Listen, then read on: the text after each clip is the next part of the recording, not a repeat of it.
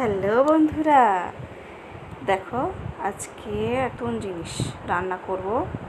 তো আমার কাছে নতুন, কিন্তু অনেকে রান্নাবান্না এইটা রান্না করে খেয়েছে। তো সব কিছু জোগাড় করে নিয়ে বসে রয়েছি রান্নাঘরে। তো এখানে আছে একটু মাছের ডিম। তো মাছের ডিমের বড়া তো আমরা এমনিতেই করে খাই। তো সেটা ভাবলাম আজকের একটু বড়া করে, পটল দিয়ে যেরকম চিংড়ি পটল বানায় তো সেইভাবেই এই ডিমটা বড়া করে আর পটল দিয়ে রান্না করব। তো যেই ভাবা সেই কাজ, চলে গেলাম রান্নাঘরে। সব জোগাড়াগি করে নিয়ে দেখো ডিমে নুন, হলুদ, লঙ্কার গুঁড়ো দিয়েছি, আর কিছু দিইনি। তো এটাকে বেশ ভালো করে মেখে নিয়েছি। দেখো কত সুন্দর করে মেখে নিয়েছি। তো এটা আমার ফার্স্ট টাইম করা, মানে এইভাবে ডিম দিয়ে পটল দিয়ে রান্না করিনি। তো আজকে ফার্স্ট টাইম তৈরি করি, নিজের মতো করে করেছি, কারোর দেখে করিনি। বা হ্যাঁ, দেখেছি অনেকভাবে অনেকে করেছে। তো এটা একটু আমার নিজের মতো করে করেছি। তো খেতে বেশ মোটামুটি হয়েছিল। মেয়ে তো বলছে যে মাংসের মতো লাগছে খেতে, মেয়ে খেয়ে বলছে মাংসের মতো লাগছে। তো দেখো কথা বলতে বলতে আমার ডিমটা বড়া দিয়ে আবার লাল লাল করে ভাজাও হয়ে গেছে। তো ভাজা তুলে নিয়েছি, নিয়ে পটলটা এবার লাল লাল করে ভেজে নেব।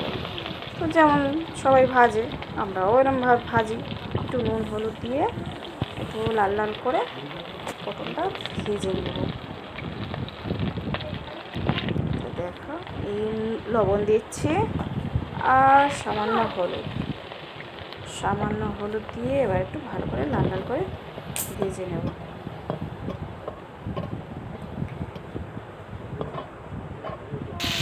দেখো পটল আমার ভাজা হয়ে গেছে, আবার আলুটাও একটু লাল লাল করে আমি ভেজে নিচ্ছি।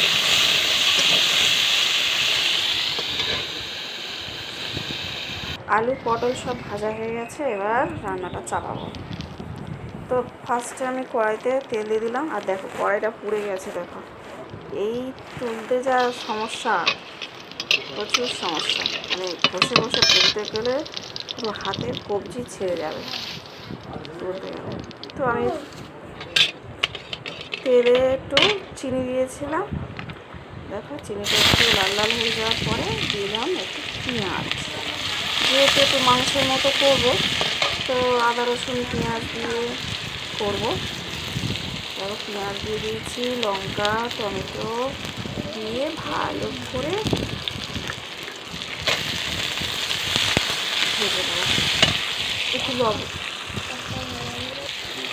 তো সামান্য পরিমাণ নুন দিয়ে পেঁয়াজ টমেটোটাকে ভাজলে তাড়াতাড়ি গলে যায়, এটা সবাই জানে। আর আমি আদা রসুনে হাত দেবো না বলেই খুন্তি দিয়ে তোলার চেষ্টা করছি, তো শেষমেশ হলো না। তো হাত দিয়েই সেই তুলতে হলো। আর প্রথমে ভাবছিলাম যে অল্প একটু দেবো, তা ভাবলাম যে না, সবটাই দিয়ে দিই।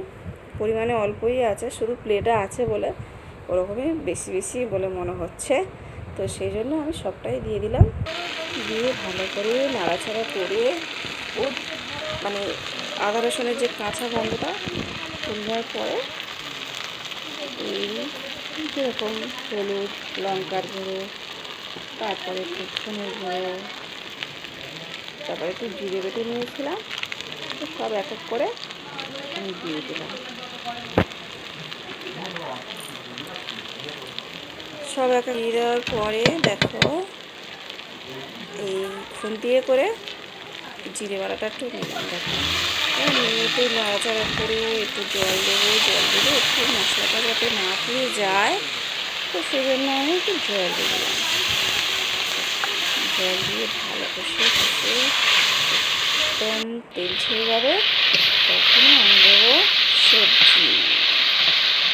তো মশলা থেকে আমার তেল ছেড়ে দিয়েছে, দিলাম আমি সবজি। এবার সবজিটাকে একটু নাড়াচাড়া করে ভালো করে কষে নিয়ে নুনটা বলতে আমি মিক্স করে দেবো। লবণটা স্বাদ মতো লবণও দিতে হবে, কারণ এখানে পেঁয়াজ ভাজার সময় একটু আমি লবণ দিয়েছি, আর পটল ভাজার সময় একটু লবণ দিয়েছি, আর ডিমটা যখন আমি ভাজি তখনই আমি লবণ দিয়েছি। তো সেই অনুপাতে আমাকে বুঝে শুনে লবণটা দিতে হবে। তো দেখো লবণ টবণ দিয়ে ভালো করে কষে নিয়ে দিয়ে দিলাম পরিমাণ মতো জল। দেখো পরিমাণ মতো জল দেওয়া হয়ে গেছে, দিয়ে এবারে আমি এটাকে ভালো করে ফুটিয়ে সেদ্ধ করব। তো দেখো আমার ঝোল ফুটে গেছে, দিয়ে দিলাম বড়া কটা। এবার বড়া কটা দিয়ে আমি আর একটু ফোটাবো, ফুটিয়ে মশলা দিয়ে নামিয়ে নেব। হয়ে যাবে আমার। এটা নামটা কি দেবো আমি সেইটাই ভাবছি, যে মাছের ডিমের বড়া দরমা, না পটল দিয়ে মাছের ডিমের তরকারি, সে যাইবারে হোক, যার একটা নাম হলে হবে। তো দেখো আমার হয়ে গেছে, গরম মশলা দিয়ে নেড়ে নিয়ে তরকারিটা ঢেলে নিলাম। দেখো কত সুন্দর হয়েছে, খেতেও সত্যি সুন্দর হয়েছিল। মাংসের, মেয়ে বলছে মাংসের মতো হয়েছে মা। তো দেখো আমার তো পুরোপুরি রান্না কমপ্লিট। টাটা।